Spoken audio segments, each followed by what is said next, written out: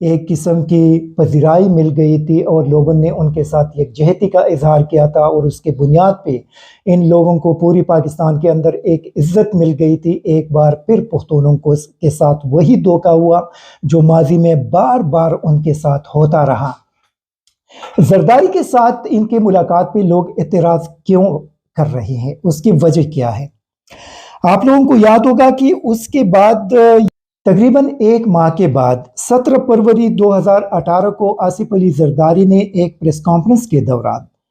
Press conference یا media ٹاکس یا interview جو بھی تھا، اس کے دوران انہوں نے راو انور کو بریو چائلڈ، ایک بہادر بچہ قرار دیا،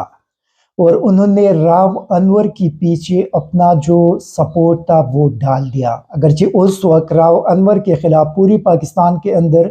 یہ ڈیمانڈ کی جا رہی تھی کہ ان کو پھانسی دی جائے، کیونکہ کراچی کے اندر اس بندے نے تقریباً 400 کے قریب لوگوں کو اس قسم کے جعلی مقابلوں کے اندر مار دیا ہے۔ لیکن آصف علی زرداری نے اس کے باوجود راو انور کو ایک بہادر بچہ قرار دے کر اس کو سپورٹ کیا۔ اس کے بعد پھر شاید آپ لوگوں کو یاد ہوگا، ایک امریکن بلاگر تھی پاکستان کے اندر، آج کل تو کہیں غائب نظر آ رہی ہے، لیکن اس وقت وہ بہت زیادہ پاپولر تھی، سنتھیا، اس کا نام سنتھیا تھا، اور سنتھیا بہت زیادہ مقبول تھی پاکستان کے اندر، کیونکہ کافی کنٹروورشل قسم کی چیزیں وہ اس وقت کر رہی تھی۔ اور اس نے ایک ٹویٹ میں آصف علی زرداری پہ الزام لگایا، بلکہ راو انور پہ الزام لگایا کہ مختلف رپورٹس جو آ رہے ہیں اس کے مطابق نقیب اللہ محسود کے آصف علی زرداری کے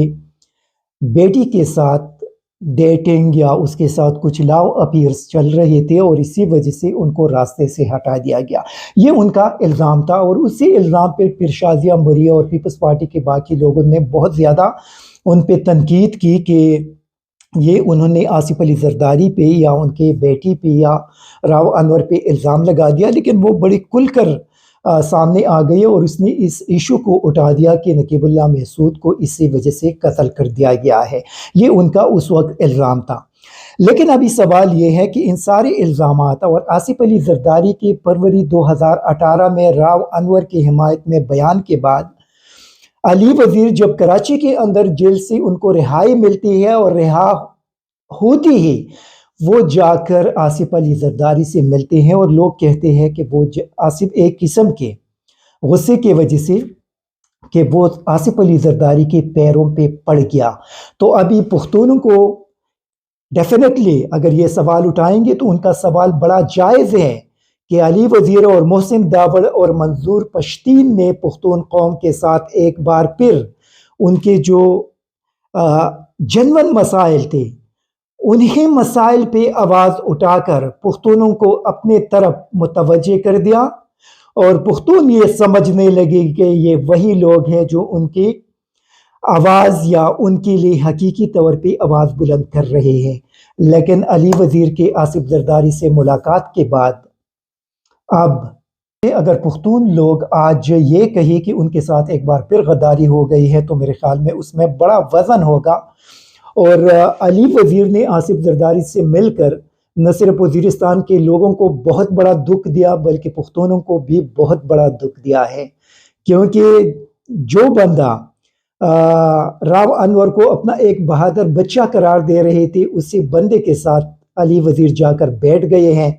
اور نقیب اللہ محسود کے خاندان چونکہ ان کے والد صاحب اب اس دنیا میں موجود نہیں ہیں، لیکن ان کے وہ چھوٹے چھوٹے بچے اس وقت موجود ہیں، اور شاید ان کے بچوں نے بھی یہ تصویر دیکھا ہوگا،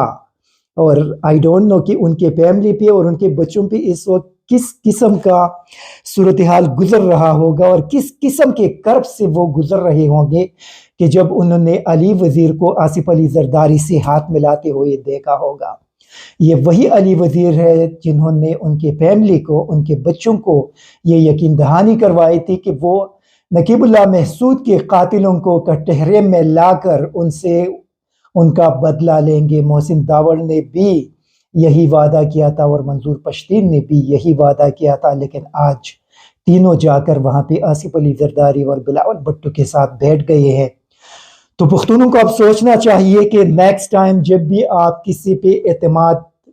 کریں گے تو آپ کو 100 مرتبہ اس سے پہلے سوچنا پڑے گا. Thank you very much. ISTV Pakistan کو سبسکرائب کریں اور بیل آئیکن کو دبائیں مزید ویڈیو اور اپڈیٹس کے لیے.